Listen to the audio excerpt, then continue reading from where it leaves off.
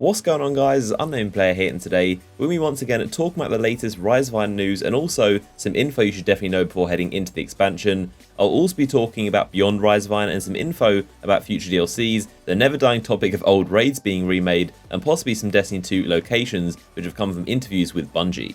So firstly, let's talk about Rise of Iron and some bits of info that are definitely useful to know that you might have missed. So this is coming from a Bungie employee who's been talking on Reddit and clarifying a few things for the community, which is awesome, called Level 1 Warrior. And he clarified something about the Iron Banner bounties a while back that not many people have picked up on. He said that Iron Banner packages have been removed from Rise of Iron, but there are 4 weekly bounties which each reward an Iron Banner weapon or armor item, and these new bounties are set up to exclude items from the current event. So this is really interesting in itself. Of course, we know there are quite a lot of changes to Iron Banner in Year 3. You don't need to wear the class items, the emblems, the shaders to get that 30% extra rep buff. There won't be the tempered buff either as well, and also there'll be a massive change to the bounties. They'll be a lot easier and slightly structured differently, but now I know there aren't going to be those rank 3 and rank 5 packages, which honestly I thought were pretty useless anyway. It was cool to collect them. Of course, packages are always a nice thing to collect on all your characters and just know you're getting something guaranteed, but this is a much more functional system, I think, and I especially like the bit at the end where they said the new bounties are set up to exclude items from the current event, meaning you don't get the same items that are currently on offer. If you're selling the hand cannon and the shotgun, for example, with the gauntlets and the helmet, then you're not going to get any of those items. So at least what you get is going to be completely unique, and that first Iron Banner week that ever runs, probably in October, people are going to be getting stuff that won't be dropping for months. So it's going to be a really cool week for sure, and there's going to be a lot of interesting loot dropping. So you might also know that the Trials bounties have been shifted slightly as well. Mainly the His Eye Upon You, that has been changed into rounds 1 out of 20, and also 50 fire team kills, and those are the 2 requisites. And Bungie did say a while back there were a few other changes to the Trials loot system, so we have to wait to find out what else has been changed about it.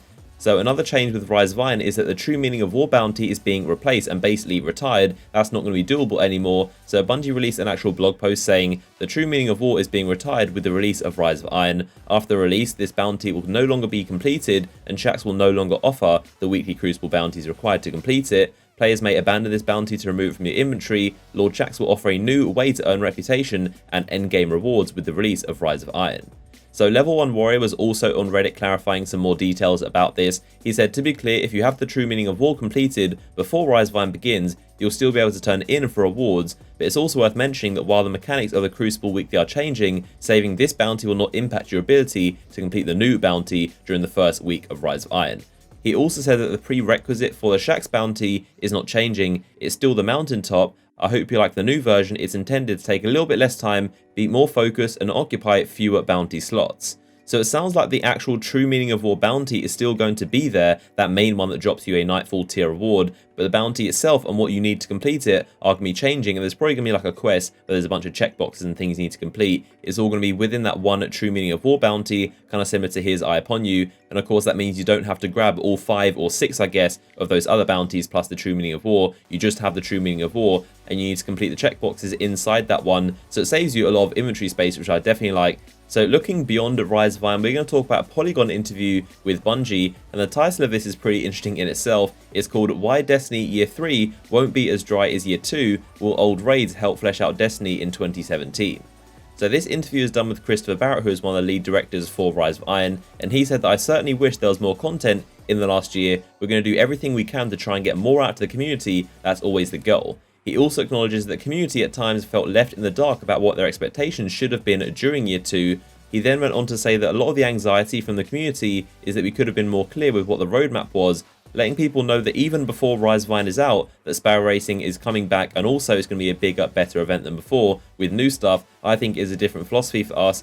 And then Polygon said that Bungie's slate of announced content is Festival of the Lost and a winter update featuring Sparrow Racing, which should carry Destiny through to end of the year. But beyond that, perhaps we'll see the revival of old raids like the Vault of Glass. And then Christopher Barrett responded by saying, it's always consistently been in the top 10 list. The simple answer is that it's a matter of priority. If we spend time bringing that stuff, it means less time for new stuff we can build. For this fall in Rise of Iron, we wanted to give the players new stuff. Let's give them a new place to go, a new raid and stuff like that. But we certainly hear that fans would love to have a reason to go back to the old raids. So there we have it, the old raids question answered once again. This is probably the 6th or 7th time someone from Bungie has been asked this question. It seems to be one of the most hotly requested things in the Destiny community. But this answer seems to be the most promising, and sounds like they are really thinking hard about how to make it work. They always say that remaking the raids is a possibility, and they're thinking about it and how to do it well. but Bungie's main issue is that the time it would take to properly remake an old raid and make a proper content release for it, they could have just made some actual brand new content instead, which most people would probably prefer, so it's a difficult decision.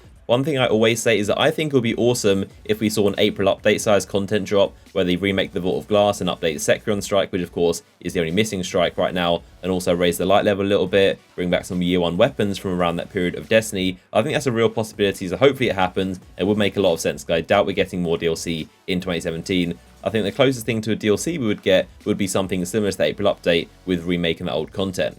So this next interview is about mainly Destiny as a whole, and this is from a really well done interview by IGN where they talk to Bungie, and it's called Bungie's original vision, sacrifices, and what the future may hold. It looks back at the launch of Destiny and how Bungie handled some of the bad reviews, how they improved the game, and how they're looking forward to the future and beyond. So they started off joking about the giant frog concept art that you might remember. Believe it or not, this is a real concept for Destiny. Christopher Barrett is also in this interview, and he described how this was created when Destiny was more of a fantasy game than a shooter game, and also the Space Tiger concept art, which you might remember as well. This is one of the first ever concept pieces for Destiny, and this was a really early idea of a companion in Destiny, or a pet, which turned into the ghost, which we have right now. And then he also talks about the future locations we can expect to visit eventually in the Destiny franchise. Now initially they had this concept art for places they wanted to go, and he said that with each release they get a chance to go to these places. He said that we might go to Old Chicago, we might go to Europa, which is really cool to hear that those places are still in Bungie's mind. Europa is a more familiar one because we've seen that a few times in game being hinted and teased towards.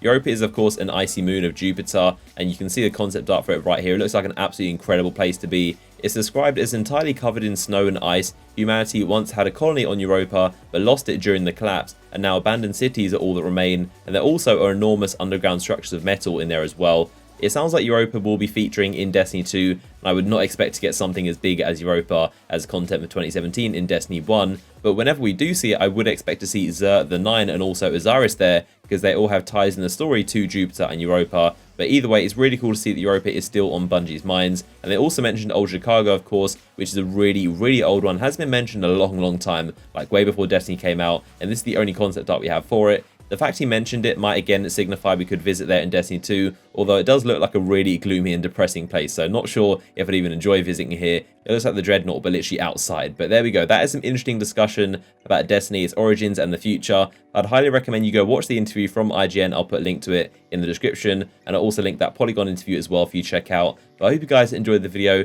As always, a like rating would be much appreciated. Make sure you are subscribed to the channel so you don't miss out on my future Rise Vine content. Not long to wait now, and I'll see you guys in the next video.